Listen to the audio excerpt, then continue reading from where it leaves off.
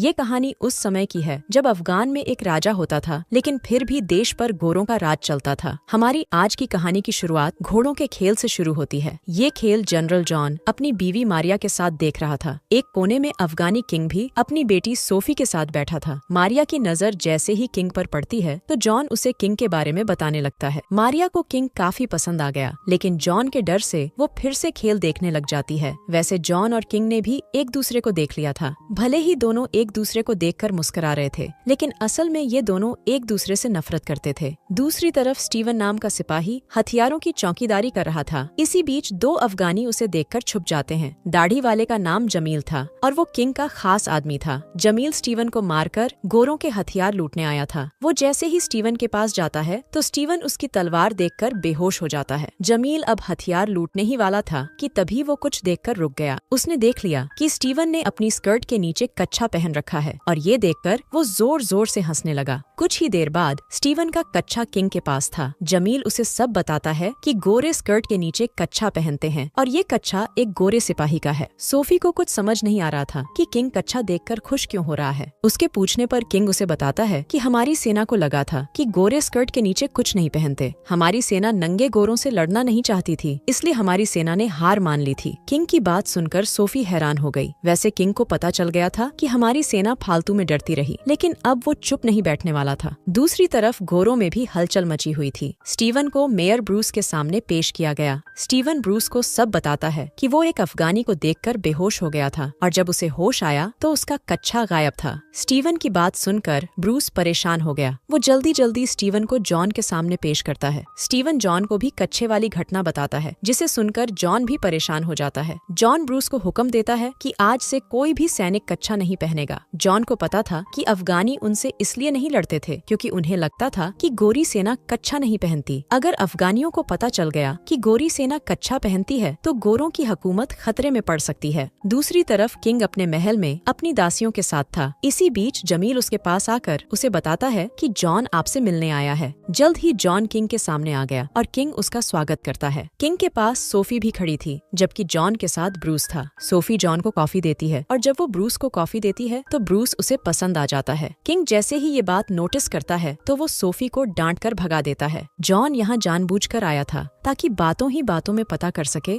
कि किंग को कच्छे वाली घटना पता है या नहीं। किंग उसे कच्छा दिखाकर कहता है कि शायद ये किसी गोरे का है। जॉन उससे झूठ बोलता है कि गोरे कच्छा नहीं पहनते, मगर किंग को उसकी बात पर यकीन नहीं था। किंग से मिलने के बाद जॉन बेहद परेशान हो गया क्योंकि किंग को कच्छे वाली बात का पता चल चुका था। थोड़ी ही देर बाद जॉन के कहने पर सभी सैनिकों को बुलाया जाता है। सभी को जॉन के महल के बाहर ही बुलाया गया था। मारिया को भी कच्छे वाली घटना पता थी और वो खिड़की में से सब कुछ देख रही थी। जॉन ने सभी सैनिकों को कच्छा न पहनने का हुक्म दिया था और वो उसी की चेकिंग करने वाला था। इसी बीच मारिया भी अपना कैमरा खिड़की के पास ले आती है। जॉन के कहने पर जब चेकिंग की गई तो सभी सैनिकों ने कच्छा पहन रखा था और उसी पल मारिया एक तस्वीर खींच लेती है। कुछ देर बाद मारिया ने वो तस्वीर किंग को दिखा दी। मारिया किंग के सामने शर्त रखती है कि अगर वो उसका पानी निकालेगा तो ही वो उसे तस्वीर देगी। इसी बीच सोफी भी छुपकर दोनों की बातें सुनने लगी। उसे भी सब कुछ पता चल गया था कि मारिया के पास तस्वीर है। किंग मारिया से सोचने का समय मांगता है, जिसके बाद मारिया तस्वीर लेकर चली जाती है। थोड़ी ही देर बाद सोफी ब्रूस के पास आकर उसे सब कुछ बता देती है कि मारिया के पास एक तस्वीर है और वो किंग के साथ मजे लेना चाहती है। सोफी की बात सुनकर वो जल्दी जल्दी जॉन के पास आता है। वो जॉन को सब बताता है कि आपकी प्यासी बीवी के पास एक तस्वीर है, जिसके बदले में वो किंग से पानी निकलवाना चाहती है। ब्रूस की बात सुनकर जॉन सोच में पड़ गया। उसे परेशान देखकर ब्रूस कहता है कि मैं अपनी टीम के साथ किंग के महल जाऊंगा और मारिया को रंगे हाथों पकड़ लूंगा। जॉन को ब्रूस पर पूरा यकीन था, इसलिए वो उसे कुछ भी करने की इजाजत दे देता है। दूसरी तरफ किंग के कहने पर कई अफगानी कबीलों को बुला लिया गया था। ये कबीले वाले बेहद लड़ाके थे जो कभी भी गोलियां चला सकते थे। किंग उन्हें कच्छा दिखाकर समझाता है कि हमें गोरों से डरने की जरूरत नहीं, क्योंकि वो भी स्कर्ट के नीचे कच्छा पहनते हैं। किंग के पास ज्यादा सेना नहीं थी, इसलिए वो गोरों के खिलाफ लड़ाई में कबीले वालों की मदद चाहता था, लेकिन उसके समझाने पर भी कोई नहीं मानता कि गोरे कच्छा पहनते हैं।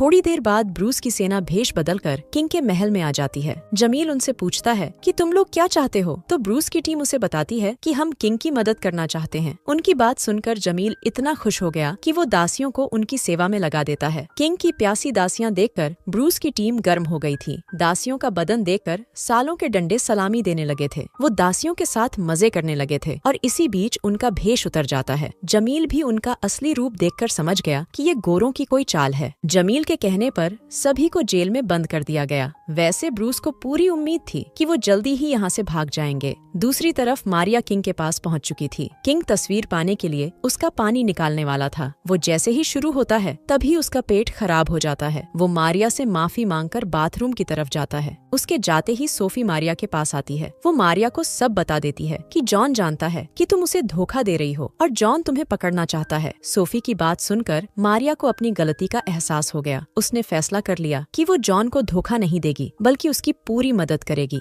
थोड़ी ही देर बाद वो दोनों कैद खाने में आ गईं। इसके बाद वो ब्रूस की जेल में आकर उसकी टीम को लड़कियों के कपड़े दे देती है। देखते ही देखते सभी ने लड़कियों के कपड़े पहन लिए। ये सारी योजना सोफी ने बनाई थी ताकि ब्रूस की टीम पर कोई शक न करे। सोफी जैसे ही सभी को बाहर निकालने लगती है तभी जमील उन्हें देखकर रोक लेता है। जमील सभी को नाचने वाली लड़कियां समझ रहा था और उसके कहने पर सभी नाचने लग जाते हैं। जमील के साथ किंग भी बैठा था और वो भी नाच का मजा ले रहा था। नाचते नाचते स्टीवन के कपड़े नीचे गिर जाते हैं और किंग उसका कच्छा देख लेता है। वो जल्दी जल्दी सभी को पकड़ने का हुक्म देता है, लेकिन ब्रूस की टीम किसी तरह बचकर भाग जाती है। कुछ देर बाद ब्रूस की टीम गोरों की चौकी पर थी। चौकी पर बहुत सारे सैनिक मरे पड़े थे जिन्हें देखकर सभी डर गए थे। एक जख्मी सैनिक स्टीवन को बताता है कि कई अफगानी कबीले किंग से मिल चुके हैं। किंग ने उन्हें यकीन दिला दिया है कि हम कच्छा पहनते हैं। हम पर अफगानी कबीलों ने ही हमला किया था और उन्होंने ही हमें मार दिया। दूसरी तरफ किंग के साथ कई कबीले जुड़ चुके थे और वो सभी गोरों को मारना चाहते थे। उधर ब्रूस की टीम जॉन के महल में पहुंच गई थी। मारिया जल्दी जल्दी जॉन के पास आकर उससे माफी मांगती है और जॉन उसे माफ भी कर देता है। बाहर ब्रूस ने भी हमले की तैयारी शुरू कर दी थी ताकि जब कबीले वाले उन पर हमला करें तो जॉन की सेना जीत सके। जल्दी ही कबीले वाले भी जॉन के महल तक पहुंच गए, मगर ब्रूस इतनी गोलियां चलाता है कि सभी कबीले वाले पीछे हट जाते हैं। ब्रूस जल्दी जल्दी जॉन के पास आकर उसे बताता है कि सेना पीछे हट गई। उधर किंग ने हथियार डाल दिया। वो सीधा जॉन के पास आकर कहता है, मैं आपके लिए एक ऑफर लेकर आया हूँ। मेरी सेना गोलियों से डरकर पीछे नहीं हटी थी, बल्कि वो मेरे इशारे पर पीछे हटी थी। अगर तुम लोग हमारे देश से चले जाओ तो हम लोग तुम्हें जिंदा छोड़ देंगे। जॉन उसकी बात नहीं मानता, जिसके बाद किंग वहाँ से चला जाता है। थोड़ी ही देर बाद किंग की सेना ने लड़ाई की तैयारी शुरू कर दी, जबकि जॉन अपनी टीम के साथ खाना खाने लगा था। उसे अपनी सेना पर पूरा यकीन था कि वो लोग लड़ाई जीत जाएंगे। जल्दी ही किंग की टीम ने जॉन के महल पर हमला बोल दिया। गोरे उन्हें रोक नहीं पाते, जिस कारण वो महल में भी आ जाते हैं। अंदर आकर वो फिर से लड़ने लगे थे। गोरे लगभग हारने ही वाले थे कि तभी जॉन बाहर आकर अपनी सेना को पीछे हटने के लिए कहता है। इसके बाद वो इशारा करता है और उसकी सेना अपनी अपनी स्कर्ट ऊपर उठाती है। गोरों ने कच्छे नहीं पहने थे, जिस कारण किंग की सेना लड़ाई छोड़कर वहाँ से भाग गई। इसी के साथ इस कहानी का यही अंत हो जाता है। हमारी वीडियो देखने के लिए बहुत बहुत धन्यवाद। अगर आप ऐसी ही वीडियोस के दीवाने हैं तो प्लीज मेरे चैनल को जरूर सब्सक्राइब करें। मिलते हैं अगली वीडियो में, तब तक के लिए नमस्कार।